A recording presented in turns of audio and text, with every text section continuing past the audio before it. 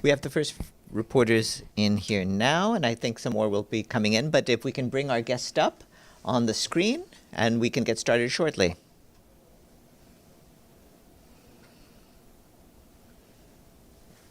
Hi, great. Good afternoon, everyone. We're very pleased to have with us today Jonathan Whittall, the head of office for the Coordination of Humanitarian Affairs in the Occupied Palestinian Territory. And he's here to talk to us about the situation, in particular in Gaza. So, Mr. Whittall, welcome. Thank you, Farhan. Thanks for having me. Farhan, I can dive straight in. Can we just do a sound check? Can you hear me?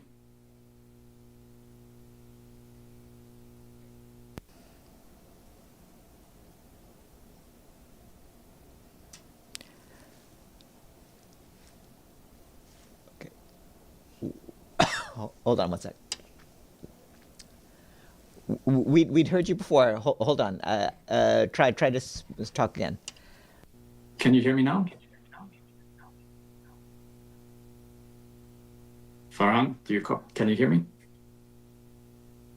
Yes, we can hear you now. We can hear you now. We can hear you now. We can hear you now. We can hear you now. We can hear you now. Okay. Hopefully you don't hear me 3 times as well. So firstly, thanks a lot, Farhan, for having me. Good afternoon to everyone. To be honest, I wasn't sure what I could say in this briefing that could adequately convey the magnitude of the situation on the ground here in Gaza. So I've decided not to mince my words. And I guess this decision was made easier because I've recently, together with my colleagues, coordinated a mission in Rafah that uncovered a mass grave of medics. Sounds shocking to say. I can tell you it was shocking for us to experience. These were medical workers from Palestinian Red Crescent Society and the civil defense, still in their uniforms, still wearing gloves. They were killed while trying to save lives. They were being dispatched into Rafah as Israeli forces were advancing into the area. The ambulances were hit one by one as they advanced, as they entered into Rafah. The graves that they were buried in, that we found them in, was marked by the emergency light from one of their ambulances that were crushed by Israeli forces. Around the area that we found this mass grave, the ambulances, the fire truck, a UN vehicle had all been crushed. The bodies of those killed were buried in the grave. I'm starting with this particular case because I think it's really emblematic of the point that we've reached in Gaza. What is happening here is it defies decency, it defies humanity, it defies the law. It really is a war without limits. And this case of our colleagues that were killed while trying to save lives is one horror in an endless parade from the past 2 weeks alone. We've had UN premises that have been shelled by tank fire, killing one of our colleagues and seriously injuring others. We've had international aid compounds and hospitals that have been hit. We've seen municipal workers that have been killed in humanitarian donated trucks. People have been bombed in food distribution points where aid workers have also been killed. Humanitarian warehouses have been damaged in strikes. And since the ceasefire collapsed 2 weeks ago, forced displacement orders are back. So in the last 2 days alone, we've had around 100,000 people that have been displaced out of Rafah, many of them fleeing under fire. I saw some of them in the same mission that I described here at the beginning, where we recovered the bodies of our colleagues from the PRCS and civil defense. We saw people running towards us under fire and being shot in their backs. As of today, 64% of Gaza is under active forced displacement orders or falling within the so-called buffer zone. That's 64% of Gaza that is today not accessible to the population. Nowhere and no one is safe in Gaza. My colleagues tell me that they just want to die with their families. Their worst fear is to survive alone. Day and night, and I don't know how much you can hear of my background noise, but day and night we listen to airstrikes shaking Gaza. Bombs are falling non-stop. Hospitals are overflowing with mass casualties. The one just a block away from me included. It's an endless loop of blood, pain, death, and Gaza has become a death trap. We cannot accept, and as humanitarians, I need to emphasize this, that we cannot accept that Palestinian civilians are dehumanized to the point of being somehow unworthy of survival. And yet today, unfortunately, marks 1 month without any supplies entering into Gaza. That's 1 month of no food, no fuel, no aid, nothing. Nothing has entered. So 2.1 million people are trapped, bombed, starved. And the consequences are apparent to all of us that are here. It's mostly apparent to the people that are living through this horror. The humanitarian crisis is quite literally spiraling out of control. Yesterday, all 25 subsidized bakeries supported by the WFP were closed, and people's survival is dependent on an aid system that itself is under attack, as aid workers are killed and our work is obstructed. And yet we're told, and I find it very difficult to hear, that Gaza has enough food because supplies have entered during a month-long ceasefire, following a year in which supplies were literally drip-fed into the Gaza Strip. Humanitarians here in Gaza are certainly inspiring, creative, but we're not magicians. We know how to deliver food, we know how to deliver water, shelter, medicine. We can do our jobs when we're enabled to do so. And we did exactly that at scale during the ceasefire. When the ceasefire was holding, we were delivering. We were able to deliver far more than we've ever been able to. Now we're collecting the dead bodies of first responders. I want to say that there's no humanitarian solutions to the problems that Gaza faces. Can you still hear me? Yes. Sorry. I was just saying that there are no humanitarian solutions to the crisis that Gaza is facing. This crisis needs political action, and I believe that this needs to start with accountability. Aid will not and cannot compensate for the political failures that we've seen in Gaza. And I think it's important for us to acknowledge that what is happening in Gaza is not going to stay in Gaza. We cannot let the rules-based order be replaced by one set of rules for some and another set of rules for others. But in closing, I do want to acknowledge that there is hope that remains. I've heard people in Gaza say that hope dies last in Gaza. So there is hope that member states will finally use their political and economic leverage to enforce international law. There's hope that a ceasefire comes into effect that stops the slaughter and frees the hostages. And I think there's hope that Palestinians will finally be seen as humans and that this cruelty will end. Farhan, I'll leave it there, and I'm happy to take questions. Questions. First question goes to Amelie and then to Pam. Thank you very much on behalf of the United Nations Correspondent Association for doing this briefing. I'm Amélie Bottolier from AFP News Agency. I have to say that it's difficult to hear the hope after your briefing, but anyway, sorry. You said that 64% of the population of Gaza is now under order of evacuation. Do you have any figure of the number of population that have been displaced since the ceasefire has ruptured? Thanks for that question. So since the breakdown in the ceasefire, we have roughly 200,000 people that have been displaced. I think it's important to point out that this is 200,000 people that have been redisplaced. Many people in Gaza have now been displaced. I was talking to someone just yesterday who has been displaced 15 times from one place to another, looking for some kind of safety and finding none. 200,000 since the breakdown of the ceasefire redisplaced, and in Rafah we've seen 100,000 people that have been displaced in the last days alone. The evacuation order that came into Rafah affected 97% of the governorate, and we've seen a large movement of people out of Rafah in the past days.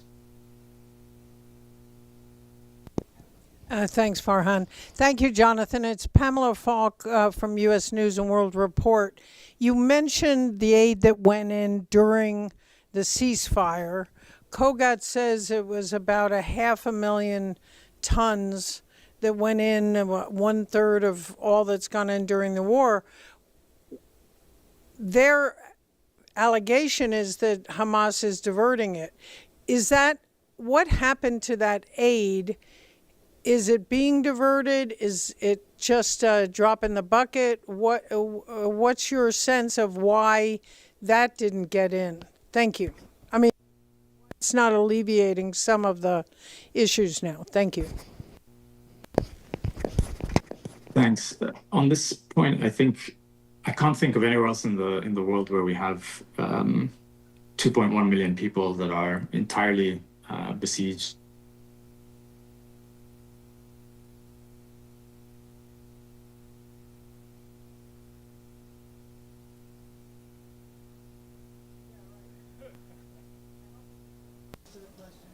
Okay. Would somehow, compensate for people's overall needs. It's the level of needs in Gaza are astounding. There's no way for people to cope through the commercial sector. There's no access to markets. There's no access to any kind of survival mechanisms that you or I would be able to access. So the assistance that entered in during the ceasefire is 100% essential, and we've been able to scale up in, as I said, in ways that we didn't imagine that we would be able to. But this is absolutely a drop in the ocean of needs in Gaza. It's been a relentless and brutal more than a year and a half now, and that would never be compensated by a month of assistance coming in. We see bakeries that are closing. I'm one of the privileged people. I'm able to access some goods, but we have difficulties ourselves in accessing certain items day by day. Things are becoming less and less accessible. So the reality is on the ground that access to subsidized bakeries run by WFP are shutting down. People are less and less able to access food, and the people that will be impacted first, and that are maybe the most invisible, will be children under 5. And that's what we're going to. That's what we worry that we'll start to see happening. So we need that assistance to be coming in immediately. 1 month without anything entering is just unacceptable, and it's a recipe for, as I say, the situation spiraling out of control. And I'm sorry, we'd missed the first part. We lost you for the first part of what you said. If you could repeat that, please. The first part of what I said was that I'm sorry, Farhan. Can you hear me, right? Yes. Thank you. Yes. The first part of what I said is that I don't know of anywhere that I can think of now in the world where there's 2.1 million people that are entirely under blockade, cut off from any form of humanitarian assistance, with a commercial sector that's decimated and that is expected to survive purely on humanitarian assistance entering into a besieged enclave that is where people are trapped and under bombardment. So the possibility of that being alleviated with 1 month's worth of assistance is not feasible. And just the follow-up to the second part of the question, which was, is some of the aid being diverted away from civilians to leadership? Thanks. As the UN, we have, and the humanitarian system, we have extremely complex and rigorous monitoring to make sure that aid is not being diverted. And that's in place throughout our operations. So for the humanitarian community in Gaza, I can confidently say that we have no evidence of aid being diverted from our programs and operations into to other places. All right. Yes.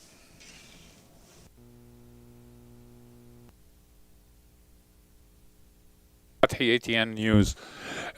Just a quick question. How far the UN humanitarian system with the aid in store can last without receiving any additional aid, since Israel is not allowing the aid trucks to cross it most times? How long you can survive with what you have? We already need the supplies to arrive. The fact that the subsidized bakeries are already closing is already an alarming indicator. So there is no time to delay. You have to keep in mind that different supplies have different level of different items have different supply levels. So we may have certain items but be running out of others. That applies to medical supplies, to food stocks, to water and sanitation materials, shelter items. But the level of needs in Gaza, 2.1 million people that need assistance, again, that is never going to be alleviated through what we were able to bring in during the ceasefire. That was a critical period where we could scale up our assistance, but that needed to be sustained. What we did during that time was we reached the baseline, and not a very good baseline even. We needed to do much more. So every day since then that supplies have not been coming in, we're losing ground. People are going without essential items, without food in some cases. So it's already needed that humanitarian assistance comes in today. I don't think it's possible to say that there's a D-Day of X date where humanitarian supplies run out. We've reached that point. Yes, Shudeji with China Central Television. So we know that for the past few weeks, there's not only no aid get into Gaza, also some of your operations has been denied by Israeli authority.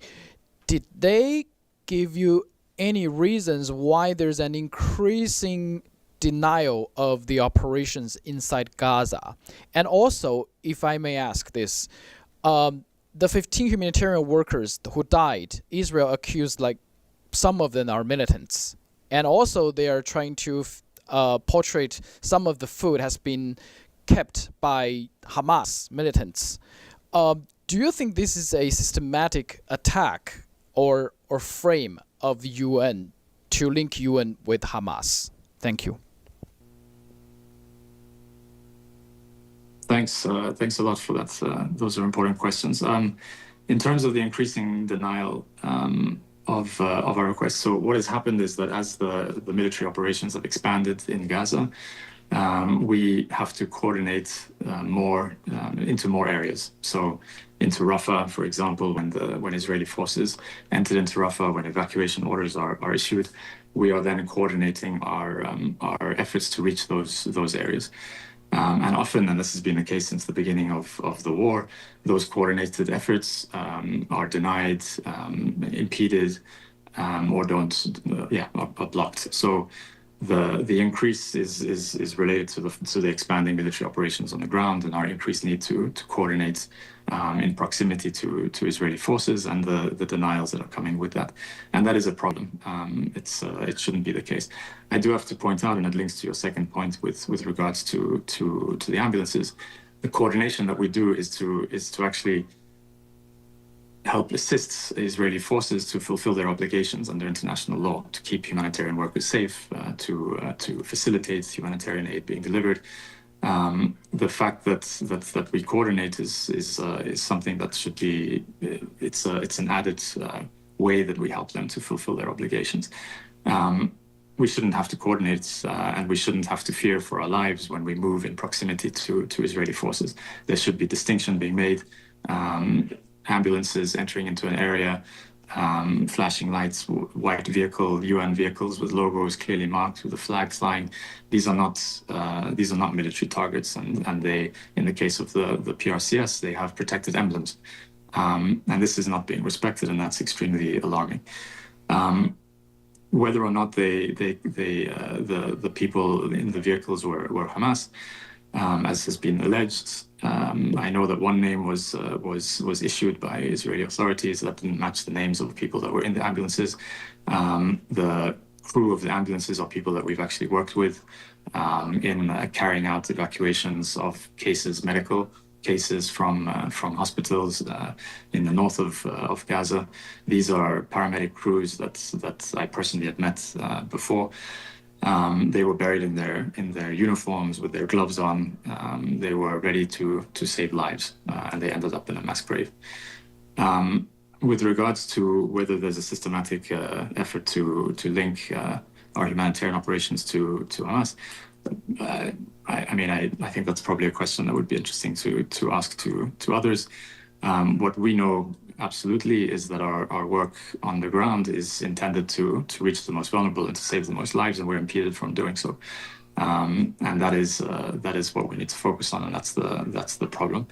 The fact that our colleagues and that I had to, and colleagues here in this building that I'm in, had to go and collect the wounded and killed UN workers last 2 weeks ago is unacceptable. Those were UN staff that were in an identified building that were known to be there and that were hit by 2 tank shells. This is regardless of the reason behind that. The outcome is unacceptable, and it needs to stop. Hi. Thank you. Evelyn Leopold, Dag Hammarskjöld Fund for Journalists. Excuse me, I'm getting hoarse. Where are you sitting right now that we see you? Right now I'm in Deir al-Balah in Gaza.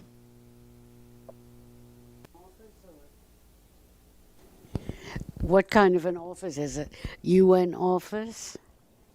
It's a UN building. Yes. Negotiated all with Kogat, or with the Israelis, with Kogat and so forth? Yes, so it's fully notified in all UN premises. We notify Israeli forces of the location, and it's confirmed to us to be deconflicted in their system, which means that it's known as a humanitarian location.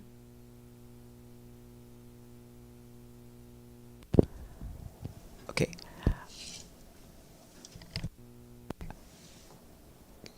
I see no other questions, so I would like once more to thank our guest, Jonathan Whittall, the head of office for OCHA in the Occupied Palestinian Territory, who, as he told you, is talking to you from Deir al-Balah in Gaza.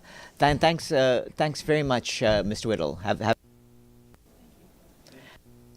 Thank you very much, Farhan. Thanks, everyone. I appreciate it. And for you in the room, stay here, and in just a short while, Stefan Dushariq will be here for the second part of today's briefing. Sure.